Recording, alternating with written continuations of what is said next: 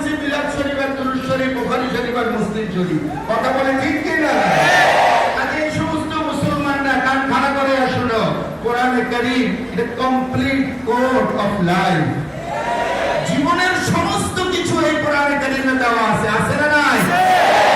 চোর চুরি করলে কখন হাত কাটতে হবে, কিভাবে কাটতে হবে, আমার কোরআনে বিধান আছে না নাই? সন্ত্রাসী করলে, চাঁদাবাজি করলে, কথা বলে না ঠিক কিনা? দুর্নীতিগ্রস্ত লোকেরা দুর্নীতি করলে কি তাদের ব্যাপারে ফয়সালা হবে, আমার এই কোরআনে আছে না নাই? কথা বলে না আছে না নাই? এই কোরআনে যদি না থাকে, আজ থেকে এই কোরআনকে আমরা মানলাম না। কথা বলেন ঠিক কিনা? এমন কোরআন আমরা মানি না যে কোরআনে চোরের শাস্তি থাকবে না, দুর্নীতির শাস্তি থাকবে না, ডাকাতির শাস্তি থাকবে না, সন্ত্রাসীর শাস্তি থাকবে না। এমন কোরআন কোনদিন মুসলমান মানে না। কথা বলেন ঠিক কিনা?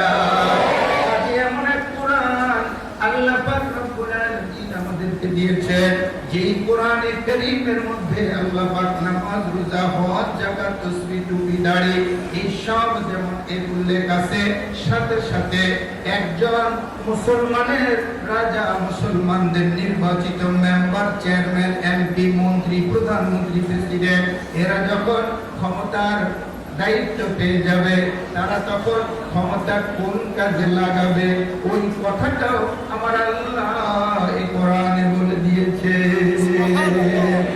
আল্লাহ পাক রব্বুল আলামিন বলেন, আল্লাযীনা ইম্মাক্কানাহুম ফিল আরদি আকামুস সালাহ।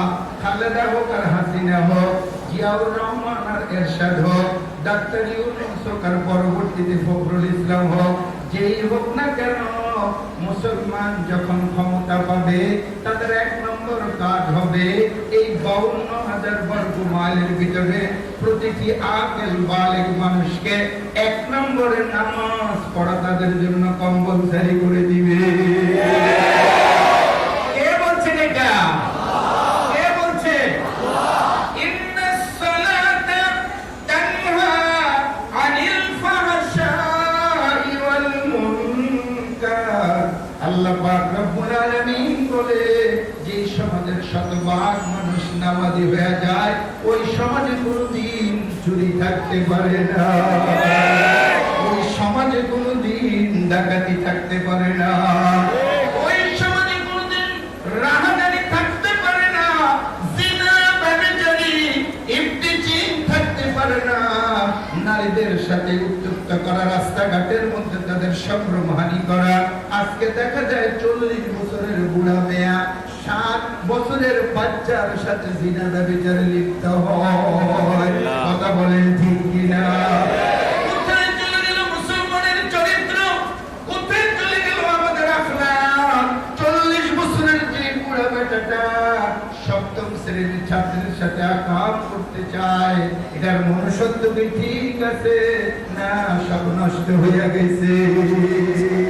কেন নষ্ট হয়েছে? শাসন ব্যবস্থায় ইসলাম না থাকার কারণে। প্রত্যেকটা মুসলমানের জন্য নামাজ পড়া ফরজ না সুন্নাত? আমরা আসতে কর 20 কোটি মুসলমানের বাংলাদেশে 20 কোটি মুসলমান নারী পুরুষ কি নামাজ পড়ে? 10 কোটি পড়ে? তাহলে কি মুসলমানিত্ব আছে না গেছে? 50 বছর যাবত যাদের হাতে রাষ্ট্রীয় ক্ষমতা ছিল, আমাদের কোন প্রেসিডেন্ট, প্রধানমন্ত্রী এই কথা কখনোই ভুলেও বলতে সাহস পায় নাই। আমার 52,000 বর্গ মাইল এলাকার ভিতরে যেরকম আমি পয়সা ডাকাতি করে বিদেশে পাঠাই, এরকম তোমাদেরকে নামাজ পড়ানোর দায়িত্ব আমার, বলেও কোনদিন নামাজের কথাটা বলে না।